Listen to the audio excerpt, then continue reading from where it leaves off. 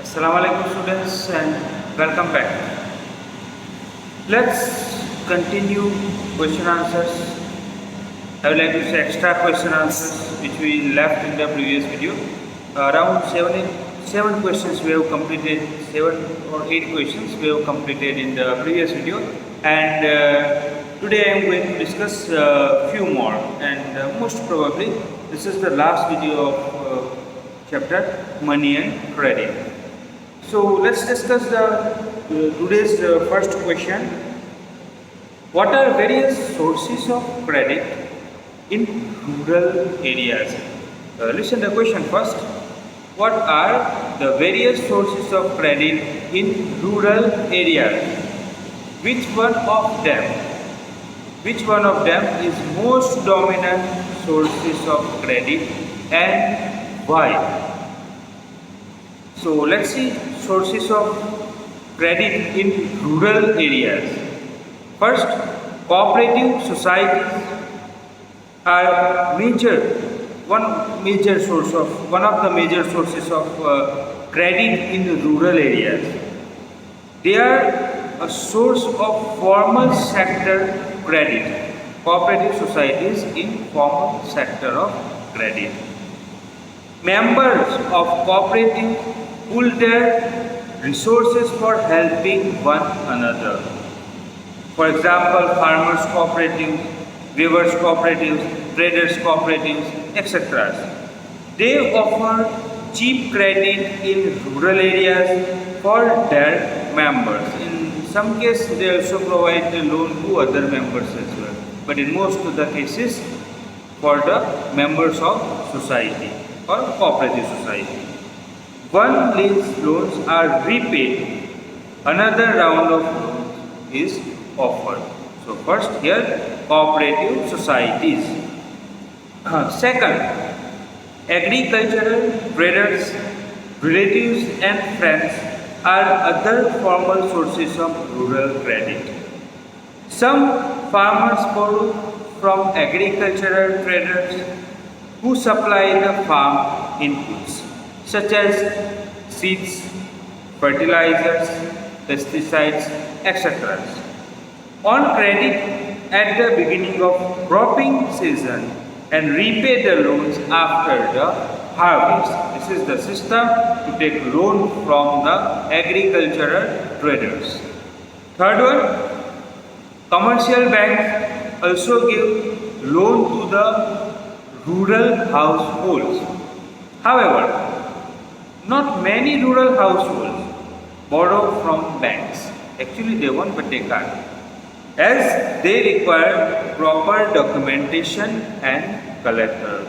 So, absence of collateral and documentation and regular income prevent them to take loan from the commercial banks. One more, fourth one, money lenders, who are the most dominant among the sources of credit for rural households. They constitute an informal sector of credit. They charge a very high rate of interest on loans as they do not require collateral. Terms of credit are housed here. They are the most convenient source of credit in the rural areas. So people prefer, or people like to say not preference, but people have to take loan from them because other sources difficult to manage, take loan from other sources for the rural people, and mostly those who are, especially those who are poor. Next question. Which government body supervises functioning of formal sources of loans in India? Explain its functioning. This question can be as 3 marks as well as 5 marks. So if as 3 marks, we can give the answer about name of the organization of 1 mark and 2 or 3 points, additional. Requires 3 points for functioning. I advise to write 4 points. Similarly, if a 5-mark question, 1 plus 4. So name the organization, carries 1 mark, and description of its functioning carries 4 marks. Let's discuss the answer. So first, the Reserve Bank of India supervises the functioning of foreign sources of loans. Which organization? The Reserve Bank of India, RBI, supervises the functioning of foreign sources of loans. Functions of Reserve Banks of India. Let's discuss. First, RBI requires commercial banks to maintain a minimum cash balance out of deposits. So we have seen commercial banks maintain some portion of the deposits they receive, and RBI maintains this percentage of cash deposits banks have to keep with them. That is mandate. The RBI monitors that the banks actually maintain cash deposits or not, because that is mandatory from RBI. Second, RBI sees that the banks give loans not just to profit making, but profit making means banks here not just provide loan to the profit making businessmen or traders, but also to small cultivators, small scale industries, small borrowers, self-help groups, etc. Because they are actually in real need than those rich class. Next, RBI issues guidelines for fixing rate of interest on deposits and lending by the commercial banks. We have seen that banks pay interest and banks charges interest from borrowers. Banks pay to lenders, depositors, and banks charge to those who borrow money from the bank. So this interest rate, actually those interest rates are flexible, but minimum level and maximum level decided by Reserve Bank of India. So RBI provides guidelines on the interest rates. So according to the guidelines, according to their policies, their strategies, banks decide their interest rates for depositors as well as for the borrowers.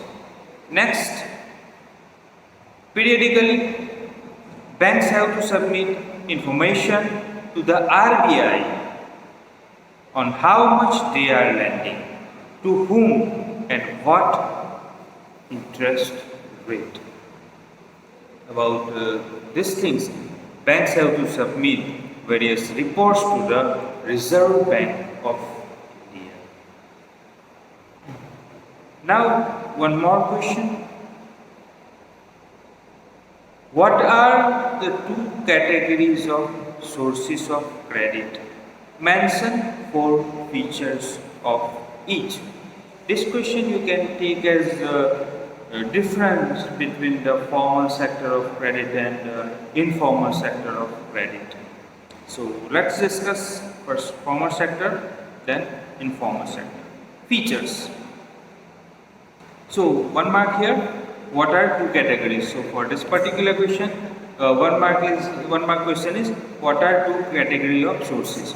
So if you write, you have to mention clearly in the first point, major point, the 2 sources of credit are formal sources of credit and informal sources of credit. That's all. That is for 1 mark. That's too easy, right? Alright. Now we have to elaborate their features as combined question is there. We have to mention 4 features. So each carries 1 mark. If you write 1, you will get 1 mark. If you write 4, you will get 4. If you write 40, still you will get 4 marks because maximum here 4 marks. So 1 plus 4 is equal to 5. This question carries 5 marks. So why I am discussing about these questions and structure, because this is very important, and especially for the board exam and in upcoming midterm exam you have to write in the very specific manner. Earlier the notebooks we have submitted, in many of the notebooks actually commented that write your answer accordingly. Accordingly, I mean to say that according to the marks, if carries 3 marks, 5 marks, we have to describe it, right? So, and again I am insisting you write your answer point wise. That is the best way to get marks and elaborate our answer. Now let's discuss about 4 of each.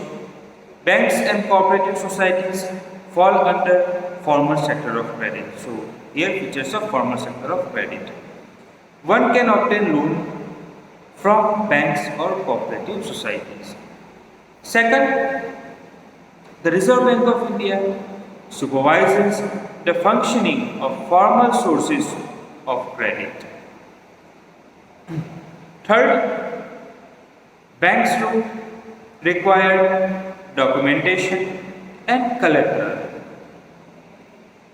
And what is collateral? Collateral is an asset such as land, building, vehicle, livestock deposits with the banks, and that collateral assets owned by the borrower. So this is used as guarantee to the lender until the loan is repaid.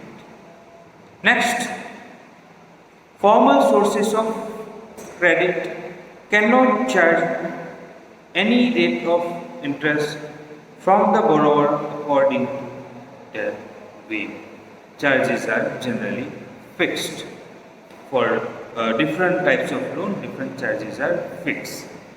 So if I go to the bank, even I am a regular customer, or if someone else go to bank to get loan, all will get the same interest rate, which is fixed. Next, informal sources of credit features. In the informal sector, money can be borrowed from a person, friend, relative, moneylender, trader, employer, etc. Second point, there is no organization that checks or supervises the activities of lenders in informal sector. Third one, loan from informal sources do not require any such collateral. Next, they charge a very high rate of interest on loan as they do not require collateral. Now, last question here to raise. What is basic objective of self-help groups, SHGs? How do they work? Describe any 4 advantages of self-help group. So those are the question for self-help group. So here we need to keep in mind about the self-help group. Characteristics, objectives, benefits, right? So let's see.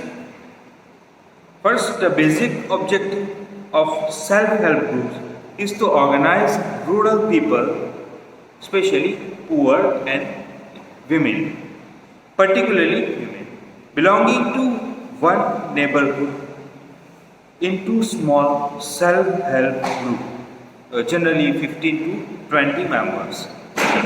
These members save regularly and the amount varies from 20 rupees to 100 rupees or even more, that depending upon their ability to save. Let's see the 4 advantages of it. The members can take small loans from the group itself to meet their needs. The group charges interest on these loans, which is still less than what moneylender charges. Second, after a year or two, if the group is regular in saving, it becomes eligible for availing loan from the banks, which is sanctioned in the name of the group to create self-employment opportunities. Because we have seen that poor people cannot get loan directly from the bank, but bank issues or sanction the loan on the name of here in the name of SHG. More, all important decisions regarding loan, purpose, amount of interest, non-payment of loan are taken by group members. Generally, collectively they take decisions. For instance, small loans are provided to the members of releasing mortgage land, meeting working capital, their needs of working capital, for acquiring assets like sewing machines, handloom, kettles, etc. for as capital. Since non-repayment of loans is dealt with seriously by group members, therefore banks are willing to lend to the poor women when organized in SHGs. Even though they have no collateral as such, bank considers their deposits as collateral. More here. So the SSD help women to become financially self-reliant. Last point. The regular meetings of group provide a platform to discuss and act on variety of social issues such as health, nutrition, domestic violence, job opportunities, different kind of economic activities, new business. So they discuss on various social, economic, education, family, such kind of issues, and they get good advice and ideas from the members. So here is about SHG groups. So here your chapter is over. If you have any doubt, any query regarding the chapter, you can send your query on helpline number, or as usual you can write in the comment section. If possible, soon I will provide you the question answers of this chapter, and you have to wait for it. So stay tuned. Thank you so much.